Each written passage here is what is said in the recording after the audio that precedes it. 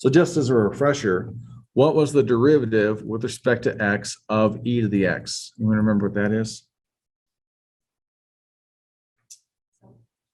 Itself, good, yeah. And here's this one's trickier. It's not used nearly as much, but the derivative with respect to x of a to the x.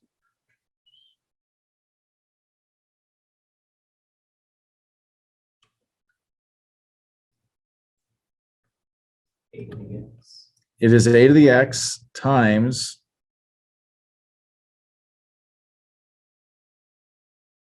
natural log of a. So if your a happened to be an e, then natural log of e is 1, so it goes away. That's why you don't see it on that one. Okay, so with that in mind for the derivatives, we can look at our integration. The antiderivative of e to the x would be a e to the x, and the antiderivative of an a to the x would have to be that a to the x, right there it is, over natural log of a. And again, you're going to be doing this first one by far the most. Like 90% of the time you're doing them, it'll be that first one. Especially when you're in your field, if it's engineering or science or whatever, or math, it's typically going to be an e to the x.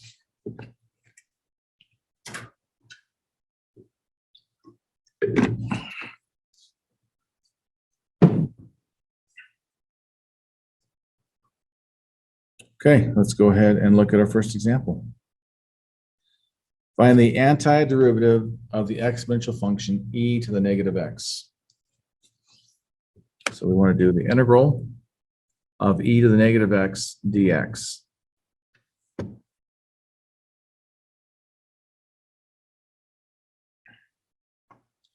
And if it doesn't jump out at you, and it's okay if it doesn't, just go back to what we just did. Say u is at negative x. What's the derivative of u? Yep, negative 1 dx. So that this could be transformed into negative integral of e to the u du. And what's the antiderivative of e to the u?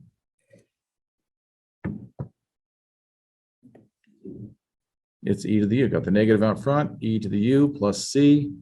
So it's negative e to the x plus c. The real trick to it, if you want to say there's a trick, I mean, when you're doing these, if you don't want to do the long way, you think, well, what's the derivative of that power? And when you integrate, you divide by that power. Yes. You're right, negative x. Yeah, thank you.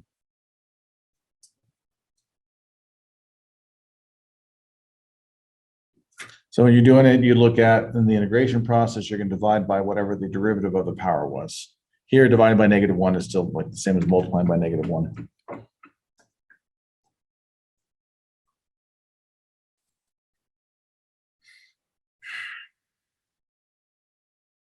Okay, moving on. Okay, here's a trickier one. Find the antiderivative of the function used in substitution x squared e to the negative 2x cubed.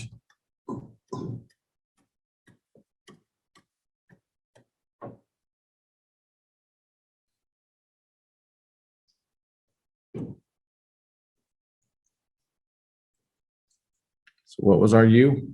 What would our u be in this case? Any suggestions?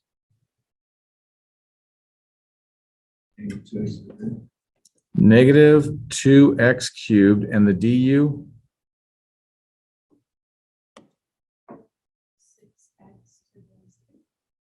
Good. Now I have an x squared, not a negative 6, so I just do the standard thing. I divide by negative 6 on both sides, and it'd be negative 1/6 du equals x squared. Oh, I forgot my dx. And I have the x squared dx, so I'm going to put the other thing there.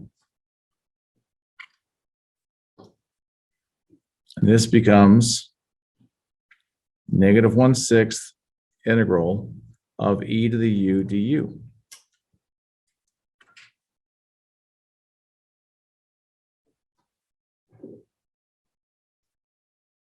So what's the antiderivative?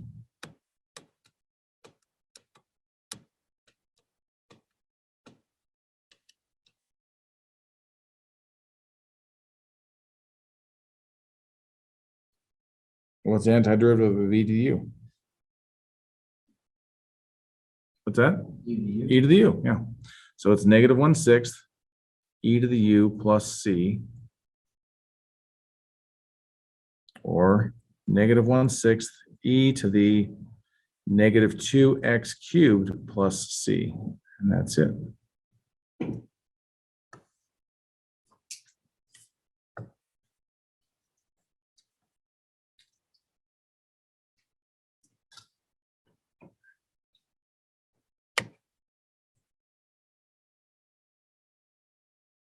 Okay, questions there? Does it make sense? I mean, we're building on what we just did with the new skill we have of this antiderivative of e to the u. Okay, let's try another one that's even more fun. This one deals with radicals. So what if we had, it's a case like this, e to the x times the square root of 1 plus e to the x. So we're looking at the integral of e to the x times the square root of 1 plus e to the x dx. So what has been our strategy so far? Identify u.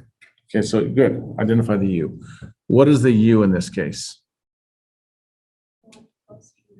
1 plus e to the x is a great u. Good. So what would the du be? E to the x dx. And we have that, don't we? So this becomes simply integral of the square root of u du. So it's integral of u to the 1/2 du.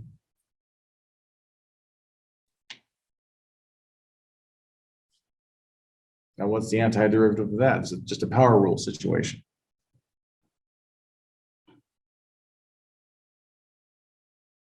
I think, Ivan, what's the antiderivative of u to the 1/2?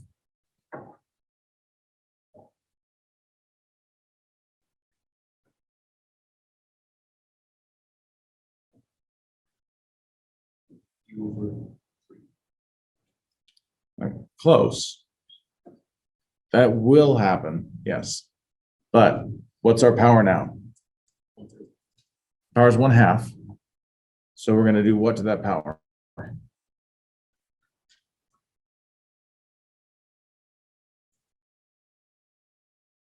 When you have a variable to a number, constant, you integrate that, what happens to that power? I should do it this way. What happens to the power? No, you're integrating. So what do you do? Anyone want to chime in? You add 1 to the power, divide by the new power. So that becomes 3/2, and we divide by the 3/2. So there's a 3 there, plus c. And having a fraction down below can be written as 2/3 times, and this would be, I think I left it as,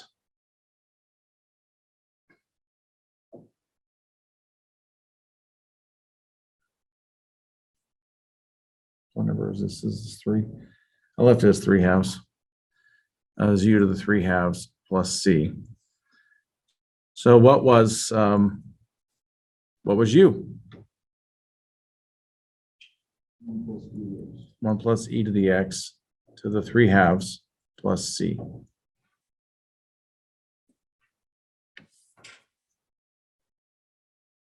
That's it.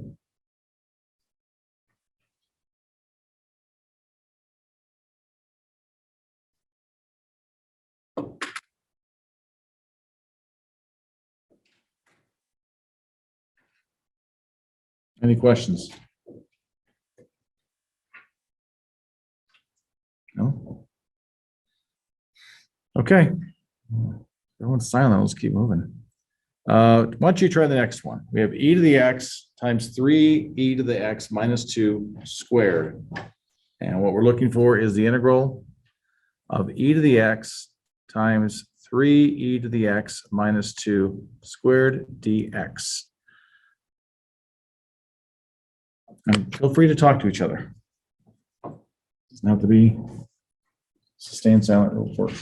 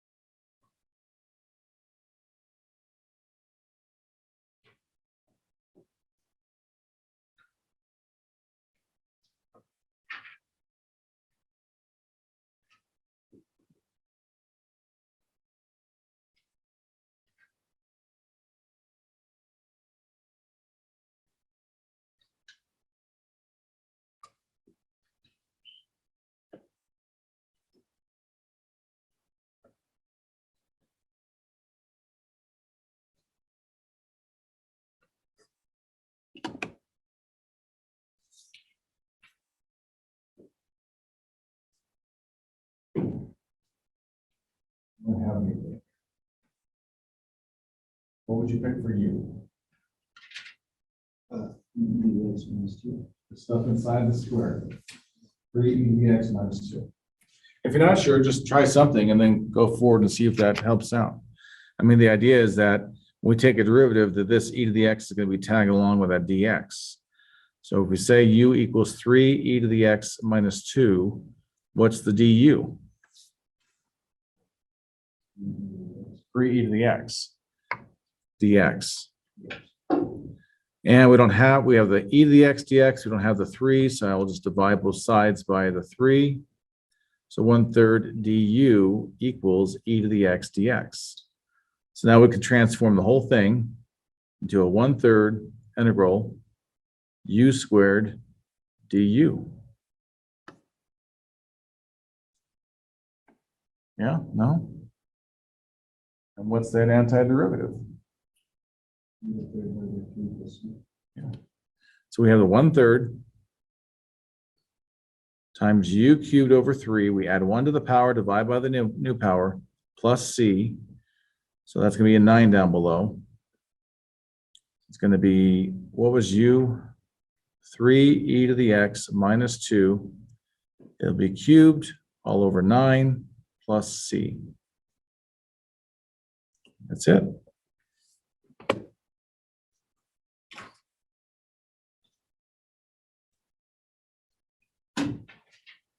So, I mean, I just want to know what part are people getting hung up on? Is it trying to figure out what the u is going to be? This is this part. So that's our u, and then getting the du. Is that the part that's taking people up? Or is it the integration part, like here, and 1 to the power divided by the new power? And you substitute back after you do some other algebra. The idea is when you're doing a substitution, you're looking for an inside function that's inside of something happening. It could be something squared, square root, it could be inside a cosine, a sine, or another trig function. You're looking for something that is kind of isolated, and then it might have a derivative that relates to some other function that's outside. So I'm totally with you, saying that when I was a fresh student at this, I'm like, oh, a lot of stuff going on here. And how are you going to approach it? But it doesn't have to be bad. You can see it as, here's my u, this is part of the du, and it cleans up pretty nicely. Do you recall, you're going to do integration by parts next semester. And so that's something to be aware of. It's coming up as well. I see it as a tool to help you integrate. Okay, this one has a lot of sample problems. I'm happy to do a bunch. I don't want to bore people, but here we are back to an E1 as the base. What would you think if you're going to do u substitution here, what would the u be in this case? Why would you pick the 2x cubed? This is contained as a power for the e, and then it's got some residual leftover effect from that derivative that happened to it. So integrating cleans all that up. That's kind of why I think of it, like integrate, cleans it all up. Let's see what's left. So in this case, if we chose our u to be the 2x cubed, what's that derivative of 2x cubed? 6x squared dx. I have a 3x squared dx. So I would divide this by 2 to make it match up. So I could say that 1/2 du equals 3x squared dx. So this becomes the integral of, at a 1/2 out here, I have an e to the u du. And with that, what is the antiderivative of e to the u? E to the u.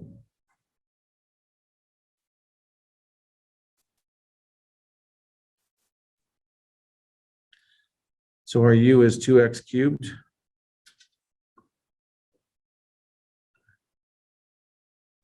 Is that it?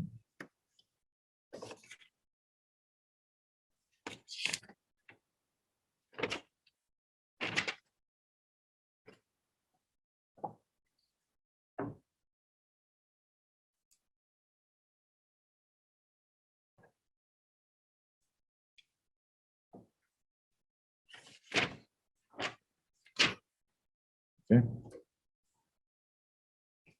Well, let's try something else now. Similar problem.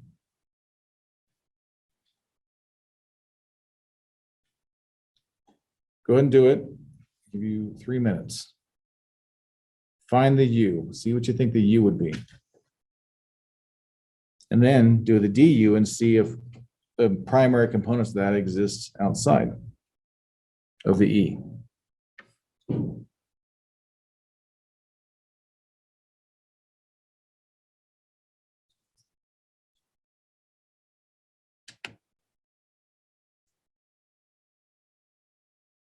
Exponent, is it on the E?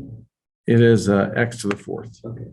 So it's 2x cubed e to the x to the 4th. I'll write a little bigger here.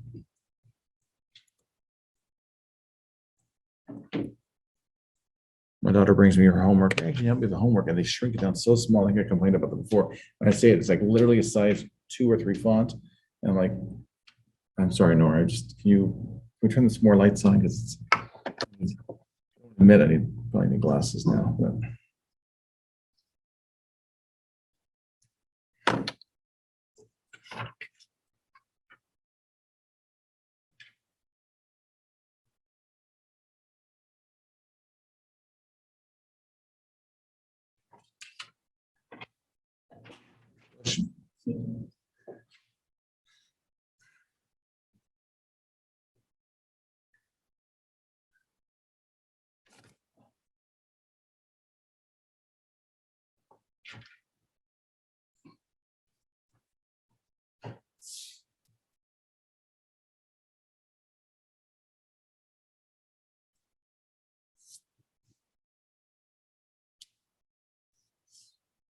Anyone have anything yet?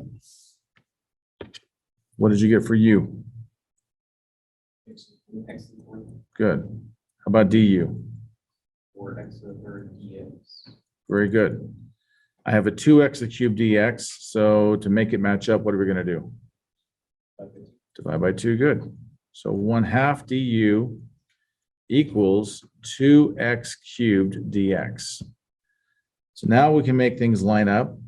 We would have the integral, or 1/2 of the integral of e to the u du.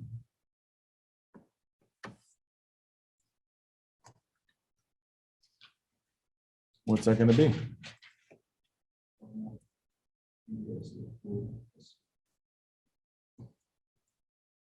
E to the x to the 4th plus c. Good.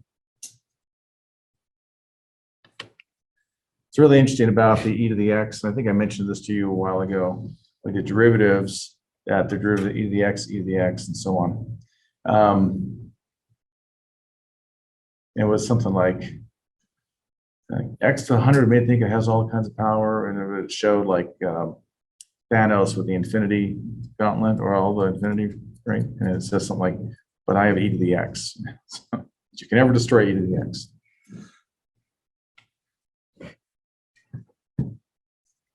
Okay, questions about that? We're going to get into some application problems now. No questions?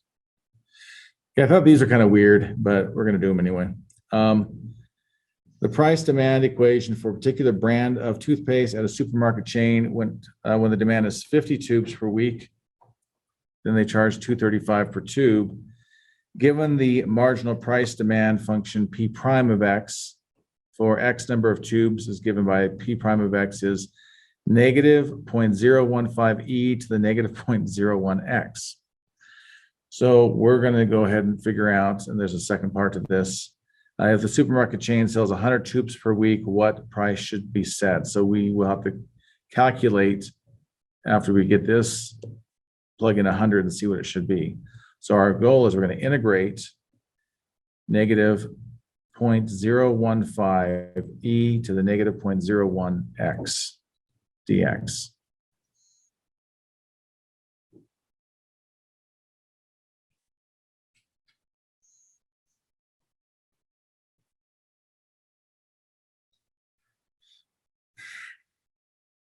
Same thing. What is the u we're going to use?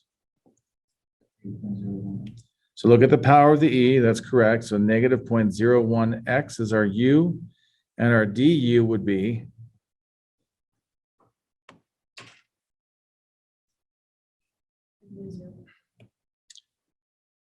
negative 0.01 dx. So we would divide by negative 0.01. So it'd be 1 over negative 0.01 du equals dx. And if you 0.01 is fine too. I got trained at a certain point in my life not to put the front zero in because it confused people, but 0.01 is great too.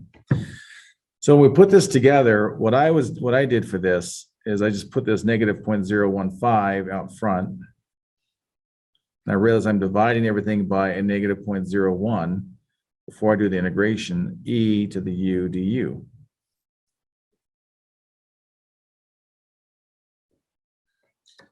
So then I divide negative 0.015 by negative 0.01 and I get that 1.5. And what's our antiderivative of e to the u? E to the u plus c, so it's going to be 1.5. And by the way, this becomes our not capital, but p of x without the prime. 1.5 times e to the negative 0.01 x plus c. Oh, we have an initial condition. We have the condition up here. 50 tubes is 2.35. So that means P of 50 would be 1.5 e to the negative 0.01 times 50 plus c equals $2.35. That was our initial condition.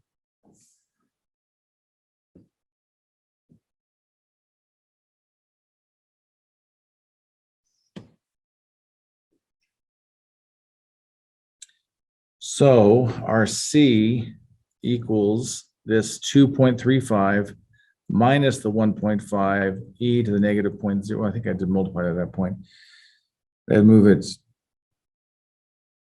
to 0.5, I think. Yeah, negative 0.5. If you put that in your calculator, which you're going to have to, you can't do that in your head. But if you can, I'm super impressed. You can do this, the 1 over the square root of e. It's really incredible. And I get 1.44 for the c, which makes this formula p of x equal to 1.5 e to the negative 0.01 x plus 1.44. So what happens when we increase the price to, no, increase the quantity to 100? What should the price be? 1.5 e plus 1.44. 1.5 Oh, no. e to the negative 0.01 times 100 plus, no, you're on the right track though. because the negative 0.01 times 100 is going to be a negative 1 instead of 1, but you're on the right track. 1.5 e to the negative 1 plus 1.44. And what does that come out to be?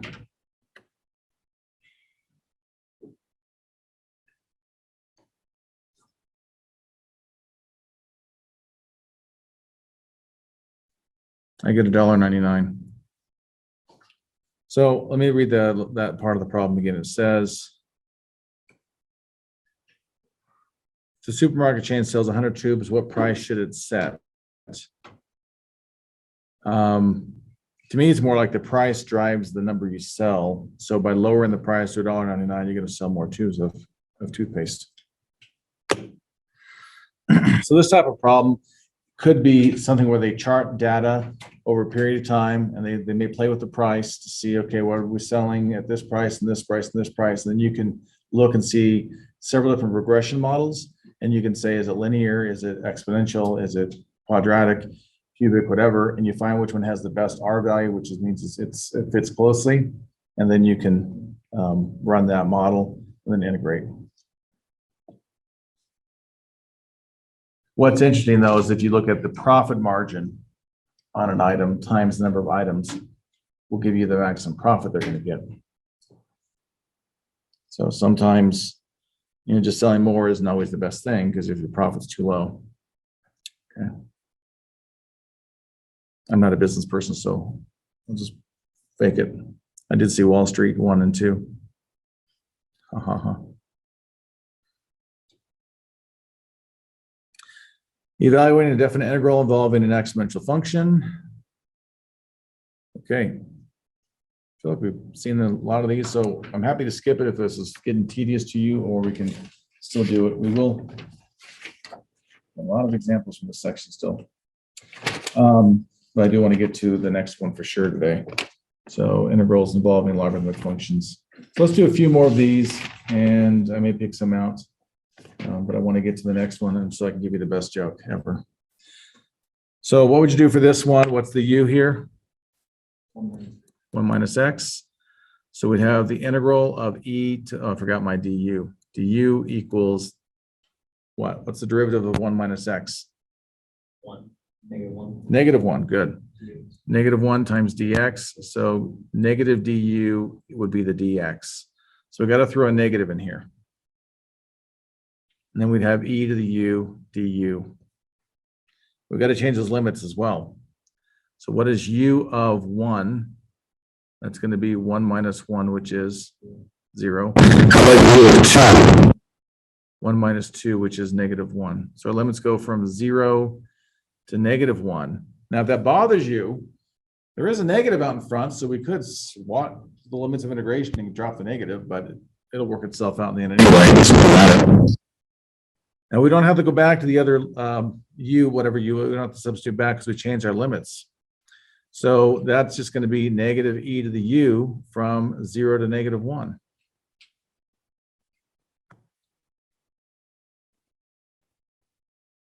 So it's going to be negative e to the negative 1 minus negative e to the 0.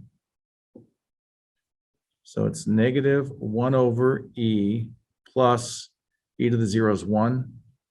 So there's a number of ways to write this. You could leave it like that. You could say 1 minus 1 over e. You could say e over e minus 1 over e, or you can say e minus 1 over e. I mean, these are all the same answer right here. Just a different way to express it.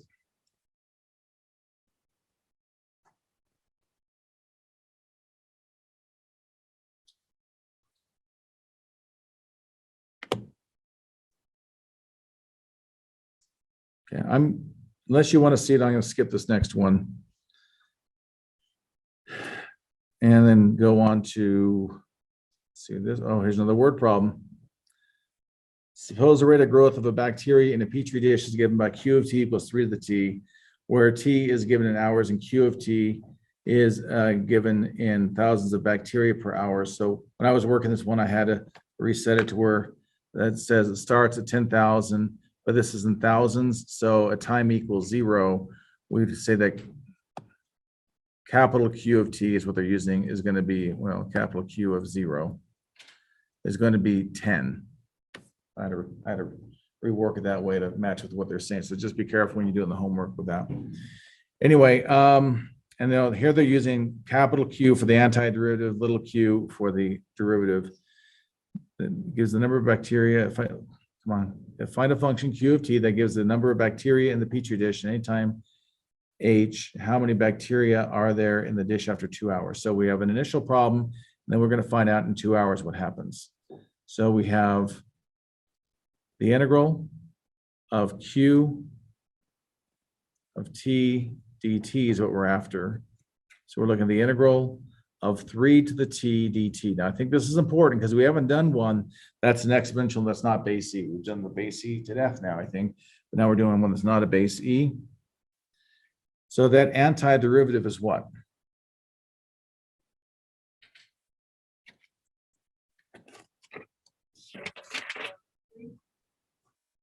Three to the T over natural log of 3, yep. Plus some constant C. And they give us an initial condition. They say Q of 0 is 10. So we can say that, and this is our Q of T, by the way. We can say that 3 to the 0 over natural log of 3 plus C is going to be that 10. What's 3 to the 0? It's 1. So should be nice if that first term was 0, but it's not. So 10 equals 1 over natural log of 3 plus C. So C equals 10 minus 1 over natural log of 3. When I put it in the calculator, I got approximately, double check me if I'm wrong, 9.090. Is that good? So then my Q function is 3 to the T over the natural log of 3 plus 9.090. I'm not finished, I'm pausing here, but that's the function we're going to work with. And remember, that's 9,000. That's 9.099.09 thousand. So it's really 9,090. And now we're going to take and plug in 2 because they want to know how many they're going to be in the petri dish in 2 hours. I've asked my biology people about doing these type of problems. Like, how do they count the number of bacteria after a certain period of time to range growth rates? And I think the common answer is that they take a still shot at that moment, and then the computer would actually count it up. It's going to take you forever to count thousands. The other thing is you could divide it up into smaller areas and then calculate one portion and then extrapolate that to the whole thing. So Q of 2 is 3 to the 2 over natural log of 3 plus 9.090. And I got 17. Someone correct me if your numbers are different. 17.282. That's thousands. So 17,282 is the number I have. Bacteria.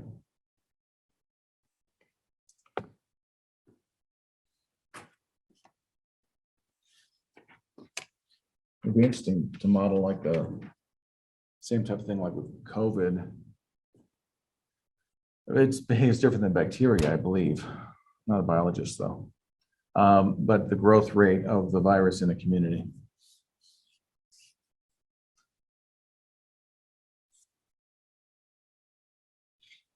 Okay. Any questions there before we go on? Let me scroll down and see if there's anything else that's really important to get to that I don't want to bore you, but I also want to make sure we get through the material. So this is a similar problem. It's 2 to the T instead. Still starts with 10,000 bacteria, but it's in terms of hours. So it'd be a 10, and it's 3 hours for that one. Here's a fruit fly population. It's pretty much the same problem where your initial fruit flies are 100 fruit flies. You're going to find it after 10 days. And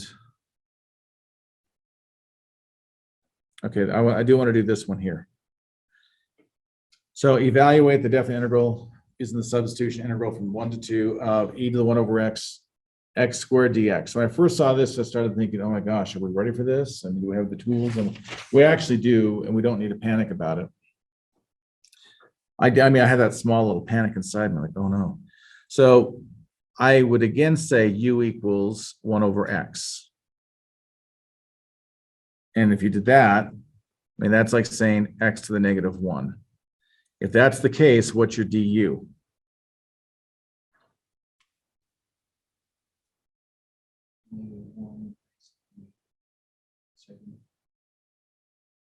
Negative 1 times x negative 2 dx, or negative 1 over x squared dx, right?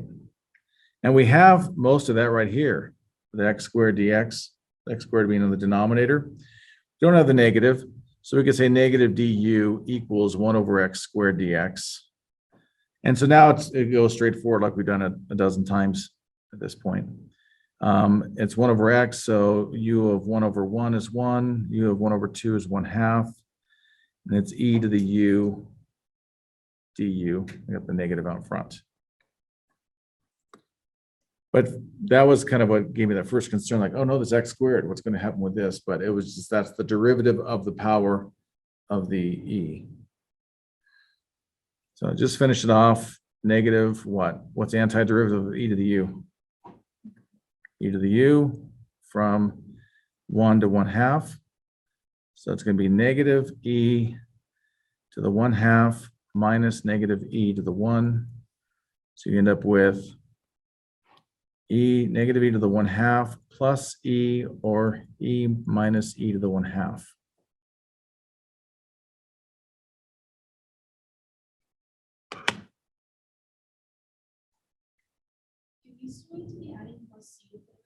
Not for definite integrals. So when you have limits of integration, there's no plus c. Because if you put the plus c, it subtracts out in the end. So because you'd have this number plus c minus this number plus the same c, and they subtract out. Okay. So you don't do a plus c, you do definite integrals only for indefinite integrals. And then we do indefinite integrals, and it gives you an initial condition or some kind of condition, like after 2 hours it's this, it allows you to calculate the c. So it becomes a number.